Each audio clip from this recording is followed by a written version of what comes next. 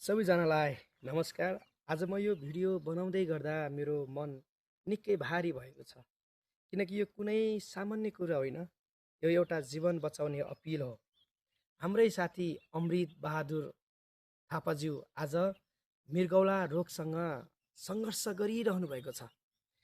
हामीसँग हाँस्ने बोल्ने रमाउने मान्छे आज अचानक हस्पिटलको बेडमा देख्दा यो मन निकै निकै भारी भएको महसुस गरिरहेको छु। एकछिन सोचौँ त कस्तो होला त्यो पीडा र कस्तो अवस्था होला त्यो परिवारमा, जुन आफ्नो मान्छे आफ्नै आँखा अगाडि कमजोर भएको देख्दाखेरि। र म के भन्न चाहन्छु भने सपना र सङ्घर्षसँग त लड्न सकिएला, तर ठुला ठुला रोगसँग भने लड्न सकिँदैन। अनि यो ठुला ठुला रोगसँग लड्नलाई तपाईँ र हाम्रो मायाको अनि आर्थिकको अनि सहायताको खाँचो पर्छ। र म के भन्न चाहन्छु भने हरेक नेपाली दाजुभाइ दिदीबहिनीलाई उहाँको लागि आफ्नो ठाउँबाट सकिन्छ भने आर्थिक सहयोग गरौँ।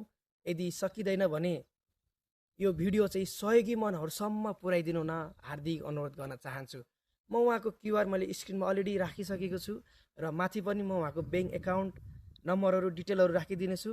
सकिन्छ भने उहाँलाई एउटा जीवन दिने प्रयास गरौँ र उहाँको परिवारमा फेरि शान्ति सुस्वास्थ्यको कामना गरौँ। सबैलाई फेरि पनि धन्यवाद भन्दै बिदा हुन्छु। हस्त नमस्कार।